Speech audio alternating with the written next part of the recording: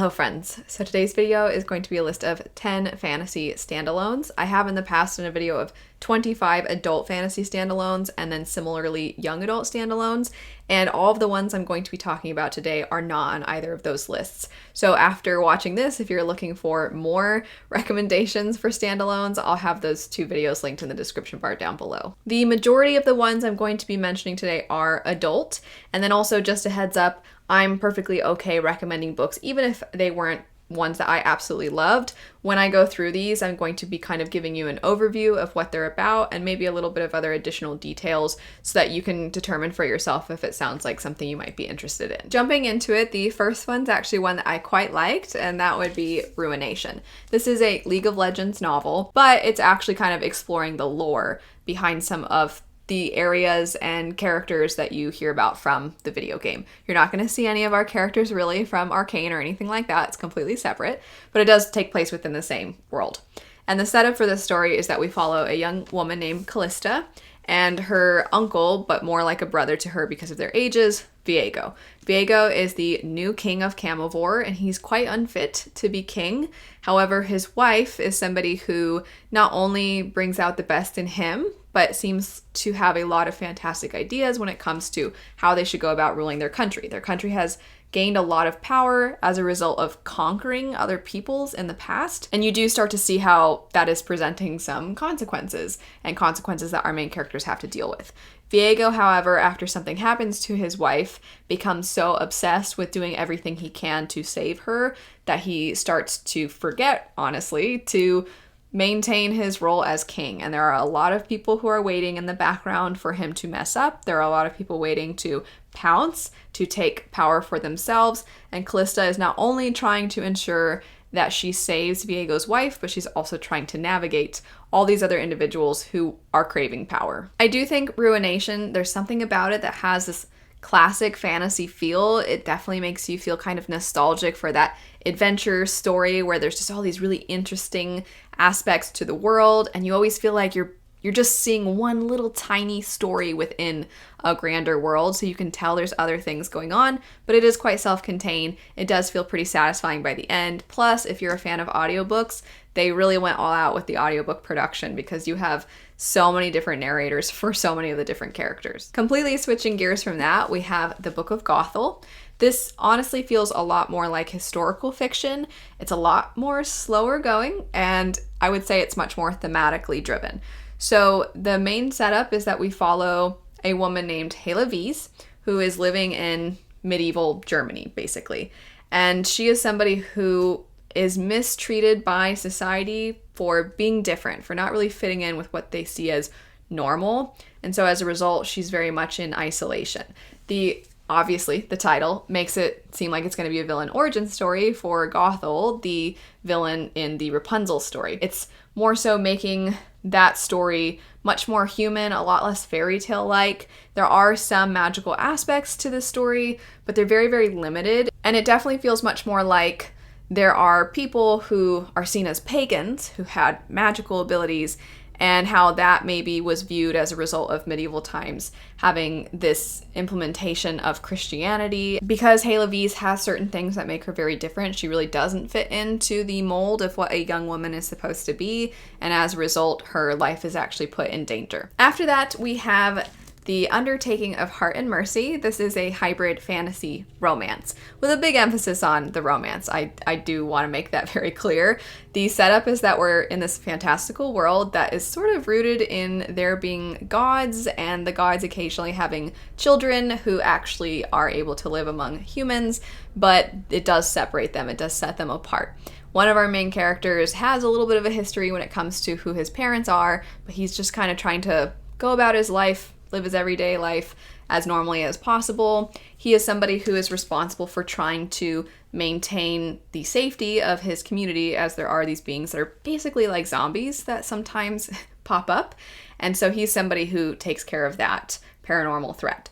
And then we have the lady of the story, who is somebody who has a family business that she is pretty much responsible for running. Their business happens to be undertakers, and so her and the other character have to interact with each other, but they hate each other. So it is an enemies to lovers type of story. If you find that you're somebody who really, really likes romance, but you just want a little bit of fantasy, this is probably one to check out. If you're somebody who's looking more for epic fantasy, or if you're looking for this adventurous story, you're not really going to get that with this. It does feel a little bit more contemporary, but with some fantastical elements woven in. The next two are both written by T. Kingfisher, who I have very quickly become a huge fan of this year, and they would be A Wizard's Guide to Defensive Baking and The Seventh Bride. So A Wizard's Guide to Defensive Baking, which is quite a mouthful. It is young adult. It's one of the only young adult books on this list. It is great. Even if you're an adult, I would highly recommend this. I have multiple times now compared this a little bit to Shrek, where obviously the target demographic is, families, younger people, but then there's a lot of jokes, or there's a lot of aspects to the story that are going to probably be a little bit funnier if you are a little bit older. Our main character, I was just talking about how in Undertaking of Hart and Mercy, how it's a lot of romance. Our main character in this one, she's 14. She's not interested in anybody. That's not even a focus of hers whatsoever. So if you're looking for a story where there's no romance, this would be a good one to pick up. And like I said, she's 14. And so she's kind of on the younger side, but I think she's really funny. She hyper focuses on things, and sometimes in situations that are kind of dangerous, or sometimes in situations where she should be really fearful, or creepy things are happening, and then she's paying attention to someone's socks. It's something you see at the very beginning of the story.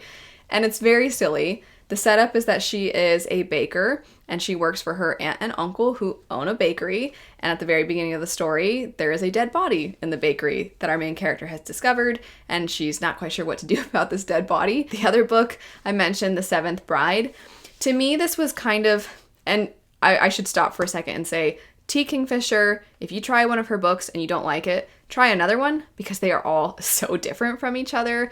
This one reminded me a little bit of another one that I loved, Nettle and Bone, except for it felt like for me, practice for Nettle and Bone. So that is another standalone. I have mentioned that one in the past. Nettle and Bone is what I think feels like a grim fairy tale, and The Seventh Bride feels that way as well. It doesn't feel quite as grim. For me, it was a little bit more of an in-between of young adult and adult, because some of the implications of the things that are happening are more adult, but the voice of the main character, who is very, very young, it feels a little bit more on the young adult side, and perhaps that's why I didn't love it as much as Nettle and Bone, but I've seen other people absolutely adore this one, and it's one of their favorites. It feels more like a fairy tale than some of her other works. The setup is that this young girl who's only 15 years old, she has a suitor who wants to marry her. This person comes from a very prestigious background, and she really can't refuse. She's given a choice, but it's not really a choice, and it especially isn't when she discovers that this person has a lot of magic, and if she refuses, then her family will likely pay the price. After that, we have a book that has been very, very, very popular, and when I read it, I was under the impression that it was going to be the first in a series, but as of right now, it seems that it's actually just going to stay a standalone, and that would be Babel by R.F. Kuang. So you probably have heard about this. You probably don't need any introduction, but in case you do, this is considered a dark academia story. We follow a young boy named Robin. You start from the time that he's very young, and then you see him growing into his adolescence, and he eventually goes to Oxford. It is somewhat historical fiction fantasy, as you are primarily seeing things that took place in our world, in our history, and the setting is Oxford. There's a few things that R.F. Kuang has tweaked, but it is pretty true to that time.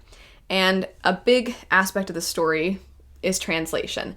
So Robin is somebody who was taken in by somebody who is European. He is Asian, and he is picked because of his ability to speak the language fluently, and the way the magic works has to do with putting things into silver and certain words into silver, but then there's different meanings depending on the language that is used. And so it's really important to Britain that they have people who are fluent in other languages, and then they use this act of translation to help them conquer other peoples. So even though our main character is finally able to live a life of some comfort, he is finding that his comfort comes at the cost of other people's livelihoods, their safety, their culture, and he really has to ask himself if what he's doing is an act of betrayal. After that, we have a Dowry of Blood. This is a story that is about Dracula's brides, basically, except for you never actually hear Dracula's name, and it's not really about being a vampire. It's actually more about being in an abusive relationship. This is one where people who have experienced that, a lot of readers who have been open about their experiences and who have read the story have said that the way in which it's written and the way that the character feels and the atmosphere that the author creates is very much an accurate reflection of being in that situation. So if you yourself have been in that situation, to some degree you might want to avoid the book, but also it can be kind of cathartic to read a story where you feel like, yes, exactly, this is what it was like. And a lot of the story is trying to escape that. So there's this sense of empowerment I think a lot of people can get by reading this one. And then I think there's the fact that it's paranormal and it has a certain vibe, and it's kind of a very bloody, dark vibe. And I think a lot of people really like that feeling in their stories. So I can see that being really fitting, even if you aren't somebody who has that kind of an experience. So maybe that's not why you're gravitating toward the book. You really do want more of the vampire vibes. Then you're gonna get that for sure in this as well. Next up, we have Hotel Magnifique. This is a story that follows a young girl who her sister has this amazing talent when it comes to singing, and there is this traveling hotel that comes through. It's magical, and our main character thinks that if she can work for this hotel and if her sister can become a performer for this hotel, that maybe they will have some kind of future for themselves. They can save up, they can make money, and they can live some kind of a comfortable life, which is not really what they're currently living right now. However, when they find themselves involved with the hotel, it turns out it's a lot darker and more sinister than they were ever expecting. And now our main character, who was always trying to look out for her sister, finds that she might have led her sister to something very dangerous. One I have talked about so much recently, so I feel like I should just tell you to skip over this part if you follow me fairly regularly, because the next one is a very secret society of irregular witches. Here it is again. It's very cute. It's so wholesome. It's so sweet. I adored it. I thought it was absolutely adorable. And I've talked about it a lot. But if you haven't heard me talk about this before, it follows this young woman who is a witch who's living in modern day our world, but people don't know witches exist.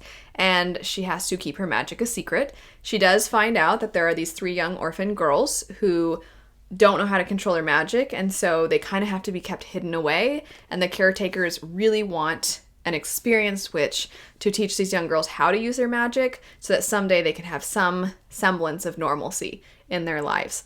And so the main character decides, all right, let me meet these young girls. Let me see if this is something that I want to pursue. And then from there, the story gets going. Last for today, we have Spells for Forgetting.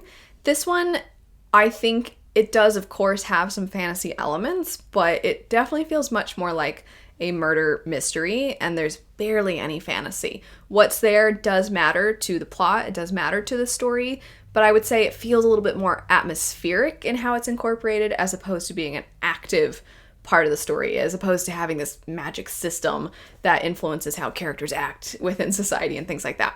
So the setup for this is that we follow primarily 2 main characters, Emery and August.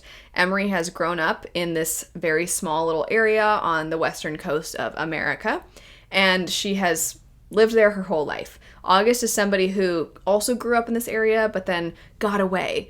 But once his mother dies, she wants her ashes to be brought back to this place, and so now he has to come back. Emery and August clearly have a past, but you're not really sure what went on between the 2 of them. And on top of that, clearly there was a girl who was murdered years ago, or at least people believe she was murdered. She was found dead. People think someone killed her. A lot of people think August killed her.